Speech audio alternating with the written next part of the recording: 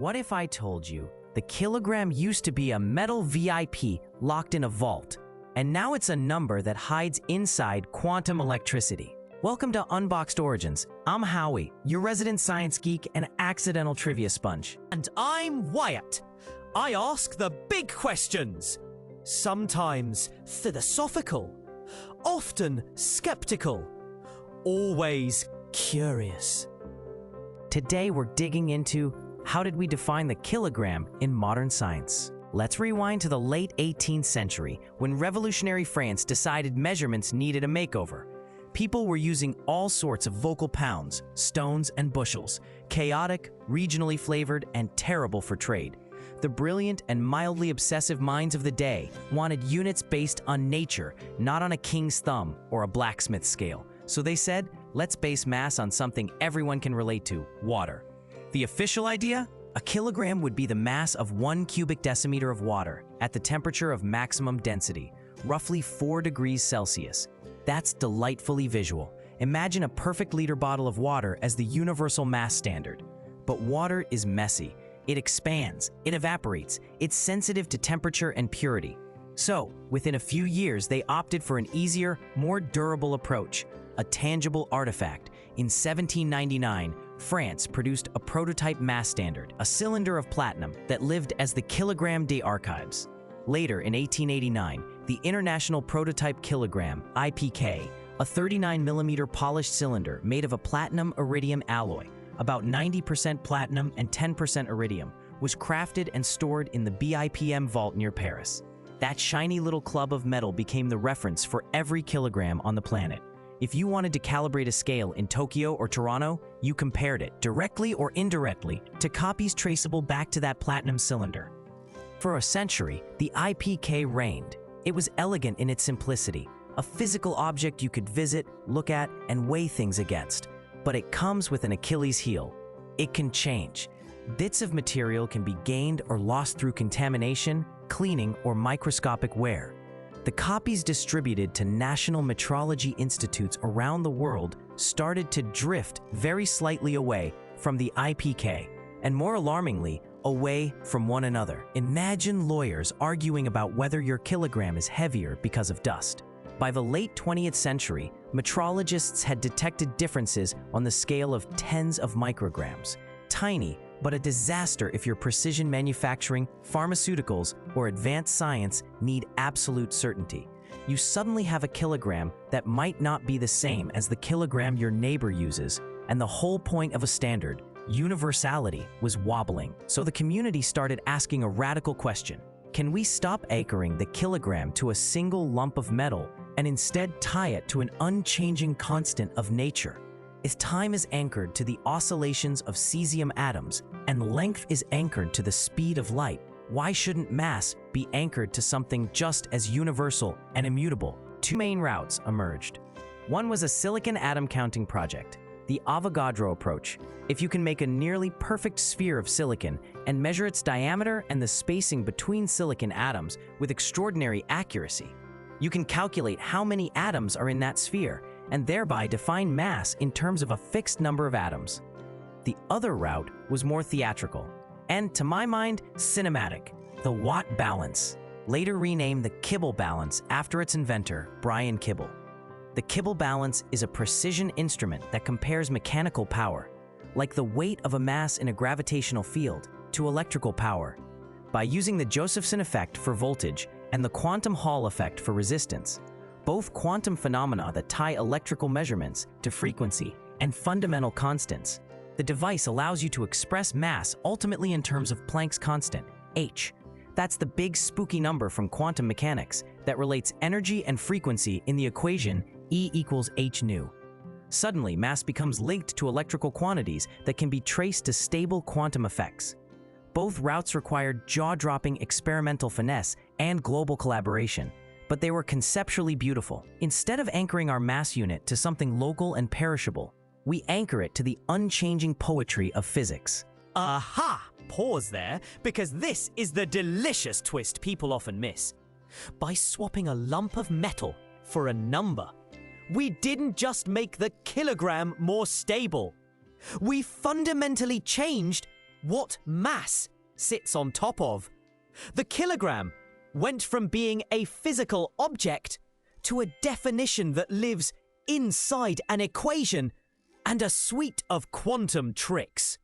Your kilogram now depends on Planck's constant and on our defined units of time and length, the second and the meter. Because Planck's constant ties energy to frequency, realizing the kilogram uses frequency-based electrical standards, the same kind of ultra-precise ticking that defines the second.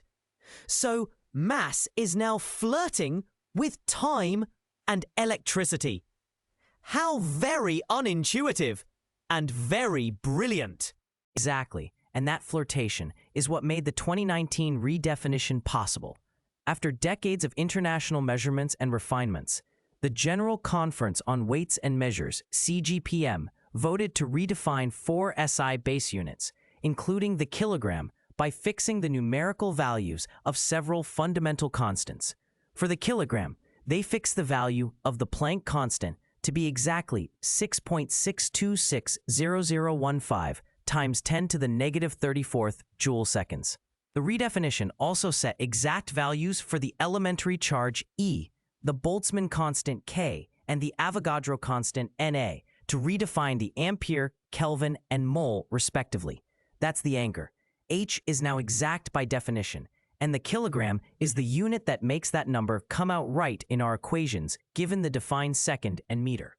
Realizing the kilogram with this definition still needs instruments, Kibble balances, X-ray crystal density methods using silicon spheres, and other high-precision experiments. But those realizations are traceable to H, and H is universal.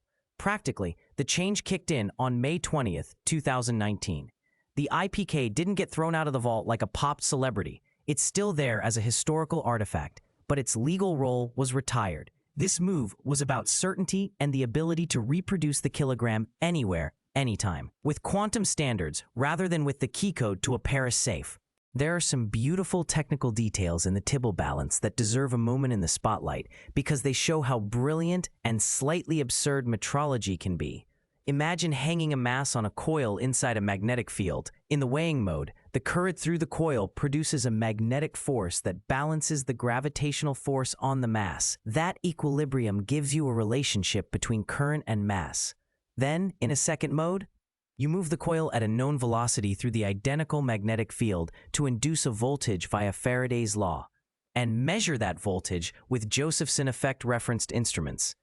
Because voltage and resistance can be linked to H and E through quantum effects, the power expressions from both modes can be cancelled and recombined to solve for the mass in terms of H and the defined units of time and length, the second and the meter, which themselves are tied to frequency and the speed of light.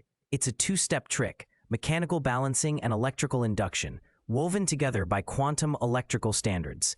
The Kibble balance turned mass into a headline act in a show of electromagnetism and quantum metrology, and all the backstage work was done by decades of research into superconductors, quantum Hall bars, and frequency standards.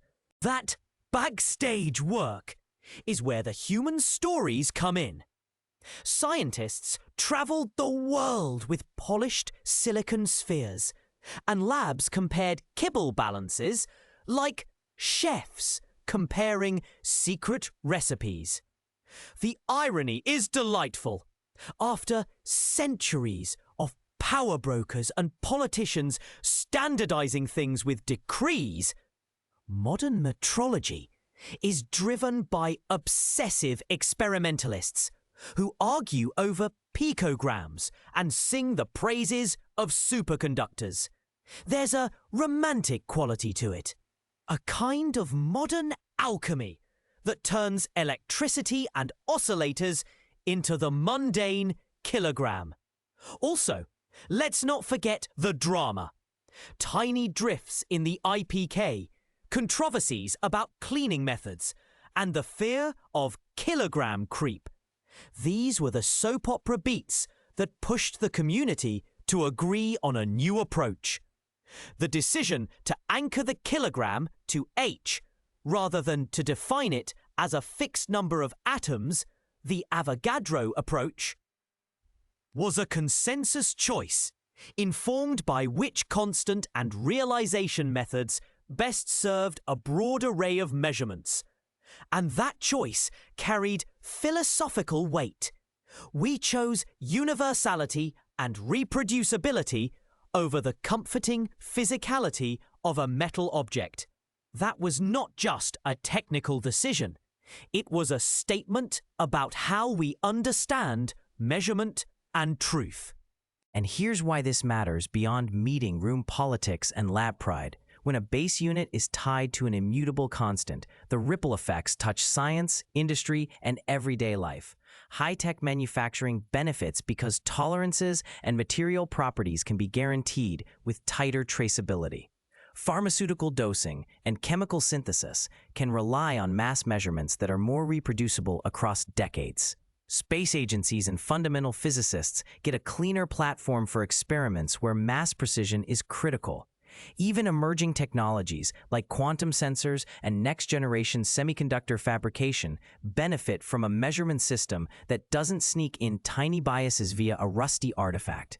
Philosophically, the redefinition also says something reassuring about human knowledge, that we've reached a point where our measurements can be directly connected to the fabric of the universe, not to objects that might be affected by dust, nickels on the scale, or cleaning solvents. So the kilogram's journey is a neat story about moving from the tangible to the abstract, and not in the dismissive sense of replacing something real with vapor. We replaced a single, vulnerable object with a network of reproducible, universal relationships encoded in fundamental constants and made accessible through technology like Kibble balances and silicon spheres. The kilogram is no longer lonely in a vault. It's now woven into the fabric of physics. And anyone with the right apparatus can realize it anywhere. That gives us stability, reproducibility, and a philosophical elegance. Our units reflect the universe's consistent behavior rather than local accidents of metallurgy. And as someone who enjoys a good skeptical eyebrow raise, I'll add that this shift also invites humility. We gave up the comforting tangibility of a physical artifact for a definition that is more abstract and, in a way, more dependent on our measurement prowess. Realizing the kilogram still requires brilliant engineering and international cooperation. But the payoff is worth it. A unit that is as immutable as the constants that define it. And a measurement system that better supports science, trade, and the small, everyday acts of weighing that we take for granted. In short, it's a testament to how measurement evolves. From practical needs in the marketplace to the deep connections between mass, electricity, and time. If you enjoyed unwrapping this story, please like, subscribe, and share. So tell me again, how did we define the kilogram in modern science?